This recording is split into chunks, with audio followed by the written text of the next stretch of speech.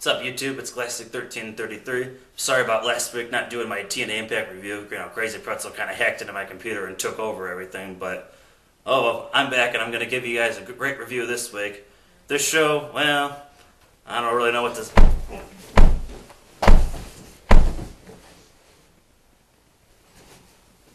You stupid phony! I refuse to do my video in this room. The stench in this room smells too much like Classic. Taking this elsewhere. This is a much cleaner environment. It definitely doesn't have the stench of Classic in here. Speaking of somebody that's not Classic, the whole Wrestling Revolution website is not Classic at all. In fact, the whole Wrestling Revolution website is kind of pissing me off right now. They're all a bunch of phonies that are jealous of Crazy Pretzel. I mean, look at some of these phonies. You got Jerichoholic. This phony, he doesn't even make videos anymore. But he shows up and then he's a member. That's like somebody being in the army, you know, supposed to be in the military full time, and he shows up maybe about a fifth of the time. You know, dude, if you're in the military, you have to fight the entire battle. Front and head on, brother, as Hulk Hogan might say. Speaking of more phonies, the most important scumbag on the Wrestling Revolution website, in my opinion, is the Unsquared Circle. Actually, that's two people, but the Unsquared Circle, these two phonies, Bobby Black and Wesley White, shouldn't it be the other way around? I mean, no offense, but one dude's black and the other dude's white, so shouldn't it be Bobby Black is the black guy and Wesley White is the white guy? I mean, I'm just saying, though. But you know what? I don't understand why Grumpy Cheeto works for these guys. I mean, didn't Grumpy and Bobby used to, like, have a feud with each other or something, and now Grumpy almost sticks up for this guy. You know, Grumpy is far superior than Bobby Black. And you know what really gets on my nerves? Why is there no Wrestling Revolution merchandise that has a t-shirt that says Crazy Pretzel on it? A shirt with a little pretzel on it and it says Crazy Pretzel on the front. Alright, Wrestling Revolution website, especially you, Bobby Black, Unsquared Circle, Wesley White, Grumpy Cheeto, all three of you guys, or four of you guys, whatever it is. You better make a Crazy Pretzel t-shirt on your site, or things are gonna start changing around here for you phonies. Alright, with that said, let's go into TNA Impact. Tonight's show was a lot better than last week's show. I wouldn't go on saying it was the greatest Impact, but I definitely would give this a passing grade as far as Impact goes. I mean, yeah, it had some negatives, but let's go into the show. So, we start the show off with a bunch of knockouts in the ring, like, slash people backstage that do, like, stuff. Women, like, a caterer and, like, a masseuse, dresser. I guess they call it a tailor or something. I don't know. But they had a bunch of knockouts in the ring, and Karen Angle was, like, you know, this was her group of suspects that she was talking to or something like that. And I'll give, you know, some of the people that don't really get on TV, like, credit, like the caterer and the masseuse person. They actually had some decent acting. Much better than Dixie Carter, which is funny. She's been on TV more than these two have. But these two actually could act, unlike her. So anyway, Karen goes through her investigation. She, you know, talks to Miss Teschmacher, Tara Madison, Velvet Sky, and Madison Rain and Rosita were also there too. And basically, she, like, interrogates everybody, and then eventually, like, when she gets to Velvet, like, she rips on Velvet for, like, you know, being, like, would easily sleep with Kurt Angle or something, and then Velvet goes to slap her, and then Jarrett blocks it, so she slaps Jarrett. And then Winter and Angelina come out, and, like, they start brawling, or Angelina attacks Velvet, so this leads to our first matchup, Angelina versus Velvet. This wasn't, like, a super great match. I'm sure these two could have a better match, but I actually really enjoyed this match, though. I'm gonna give it, like, out of 3.25 out of 5. I mean, it wasn't, like, the greatest match in the world, but I thought the storytelling was pretty good in it. Basically, like, you know how Angelina's, like, all drugged up or whatever? Well, she was kind of no-selling some of the offense, and I know that might sound bad, but basically I think that means that she was so drugged up or whatever from Winter's evil spell or whatever that stuff wasn't hurting her. So, because most of the match she was beating up Velvet with punches and chokes, and then Velvet started to fight back toward the end with a jawbreaker and a bulldog. And then Winter, like, started yelling at her, and then Velvet, like, went to her to, I think she, like, to yell at her or something, and then Winter wound up, like, hanging Velvet's neck on the ropes, and then this allowed Angelina to hit the Botox injection, which is that pump kick that everybody does, like Sheamus and Matt Morgan. And then she did Winter's submission hold and then made Velvet tap out to it. So, storytelling-wise, the match was very good. Wrestling-wise, it wasn't, but I enjoyed this match. It went about 8 minutes, so I gave it 3.25. I don't know, if you guys like the storyline, I'd check it out. The storytelling wasn't bad in it, I thought. Next we had Anderson backstage showing off his new truck, which is funny because Stone Cold has trucks and so does Anderson, so it's kind of, the rip-off of the character. When someone shows off their vehicle, it's probably going to get destroyed at some point, so, which happened later, but we'll get to it. Next we had Matt Morgan looking for Steiner, basically saying that he wants to move on and go, get his first TNA World title, and Steiner's getting in his way. So he's searching for him around the backstage or something. Then we had Mexican America with a little pre-match promo, basically just doing the usual, calling everybody, gringos, and that this isn't our land, this isn't your land, this isn't my land, this isn't your land from California to the New York Island, stupid shit like that.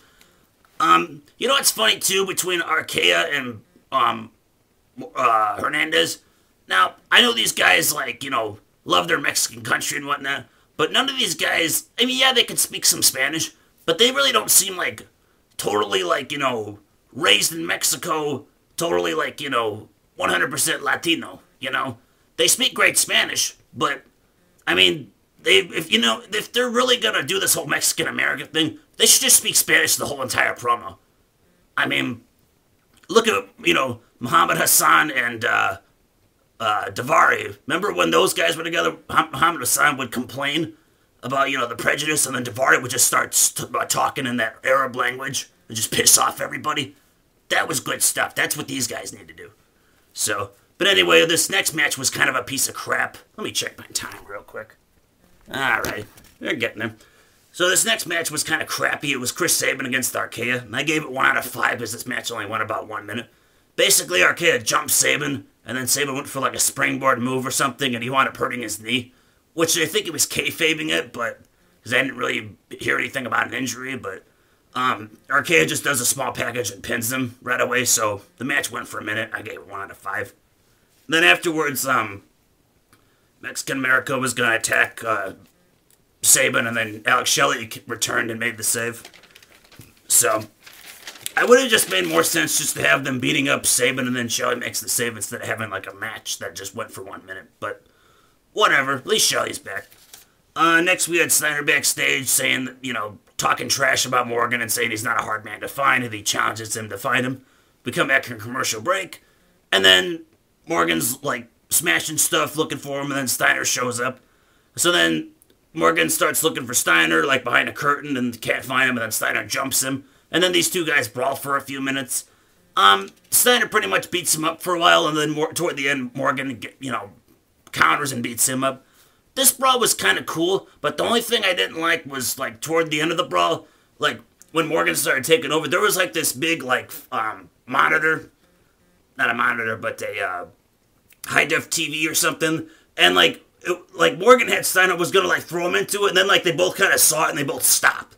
And then Morgan just threw him, into a wall or something. So, if you're gonna have a brawl, make sure you don't have, nice high-def equipment or something there that's expensive, Plan the brawl somewhere else.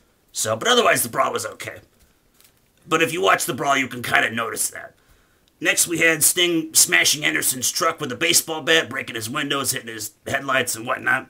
So, we kind of figured that was coming. Next, we had Christopher Daniels versus Gunner for the TV title, Gunner defending his belt. I gave this a 3 out of 5, it went about 5 minutes. It was good. I'm not a huge Gunner fan, but he somewhat impressed me with this. Him and Daniels worked pretty well together. If Gunner gives me a few more matches with, some offense and actually some credible wins, maybe I might start to turn my ways about this guy. I don't know, I'm trying to say something and I can't think of it. But, basically in the matchup, there was some cool moves, Gunner went for a Samoan drop, Daniels reversed it into a crucifix for a 2 count. Daniels hits a running STO. Gunner hits a front suplex. There was one cool spot where Gunner was up on the top rope going for something, and then Daniels stopped him, and then he like flipped him over like into a power slam maneuver for a 2 count. And then the finish was Daniels went for the BME, and then Gunner moved, so Daniels landed on his feet, and then Gunner hits like a modified F5 and pins him, so Gunner retains the title. Wasn't a bad match. Then we had a Sting Anderson promo. Basically, like, Anderson's like, were you the guy that smashed my truck? And Sting was like, no, and he's like, well, I saw the footage. Did you do it? Yes or no? And Sting's like, yes. So, you figured they would start fighting or something. But then, basically, Anderson winds up challenging Sting for a title shot, and then Sting accepts. RVD comes out and says he supports Sting. That's fine with him. Hogan comes out to confirm it, but then Hogan tweaks it and adds Bully Ray to it, so it's a triple threat match for the TNA title tonight. Sting, Bully Ray, and Anderson. So, wasn't a bad promo. Went about 8 minutes. It was okay. Next, we had Joe backstage talking about Crimson. They were talking about his undefeated streak, but Joe's like, he hasn't done anything because, like, when I debuted, I was undefeated for, like, 18 months or something, so, which he was. I kind of missed that Samoa Joe versus the one they have now that they just don't really have him going anywhere so much. But, anyway, we had Joe versus Crimson one-on-one. I gave it 2 out of 5. This match went about 3 minutes, and then it ended in a disqualification. Like, Abyss came out and attacked Crimson. And then Joe and Abyss kind of locked eyes for a second, and then Joe just was like, whatever, Abyss. You can beat him up, I don't care. So, Abyss throws him into the post, throws him into the steps, and hits a black hole slam on him. So, storyline-wise, good job keeping it going, but would have liked to have seen, like, Joe and Crimson have a longer match or something. So, that'd be cool if they added Joe to this feud, made it like a 3-way feud or something. I'd like to see that. But, moving on. Anderson backstage talking to the cameraman guy about the title match.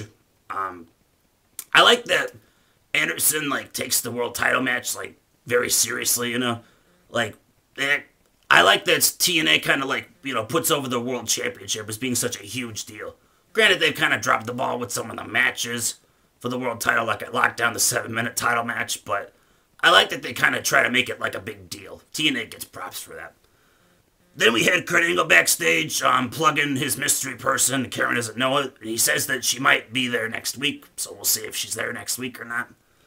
Then we had Mickie James come out and like a real quick promo, basically just thanking the fans for, supporting her and supporting what she does in wrestling and yada yada yada. And Mickie, thank you for what you do, because you're awesome. So, and I hope your shoulder gets better so you can wrestle and defend that title.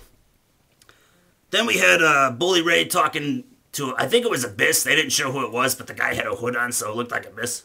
Kind of like mine. Basically, Bully Ray, let me check my time again. Almost out of time. Bully Ray basically says to him, it would piss off the wrestling world if he was world champion, and it's going to happen. So, then we have our main event, Sting versus Anderson versus Bully Ray. This match went about 7 minutes. Granted, there was like 2 minutes, and then it was a commercial break, and then we had about 5 more minutes of action. There really wasn't any, like, big moves to note in this matchup. I mean, it wasn't a bad match, but there wasn't, like, a lot of big moves or anything. The guys worked okay, but mostly it was, like, one guy would take over, punch, clothesline. Someone would knock him down, then the other 2 guys would take over. It was pretty much like that for most of it, so the finish of it saw Bully Ray, like, grab a pipe and hit Sting in the gut with it, and was going to pin him, but Earl Hebner was down. And then AJ Styles comes out and attacks Bully Ray, and, like, he hits him with a jumping enziguri kick. And Sting grabs a pipe and hits Bully Ray in the head with it, and then another referee comes out and counts the 3 counts, so Sting retains the world title. And then, post-show, Bully Ray cut a pretty good promo. They were doing the TNA reactions or whatever. And basically saying, like, he's going to do more damage to AJ than he did before. So, I would actually say check out Bully Ray's promos, like, during Impact. He's very, very good on the mic, in my opinion. That's about it. It wasn't a bad show. So, anyway, thanks for watching, phonies. And Bobby Black, crazy pretzel t-shirt, or else things are gonna start changing for you. Same thing goes with you, Grumpy. You better tell him about that. Peace out.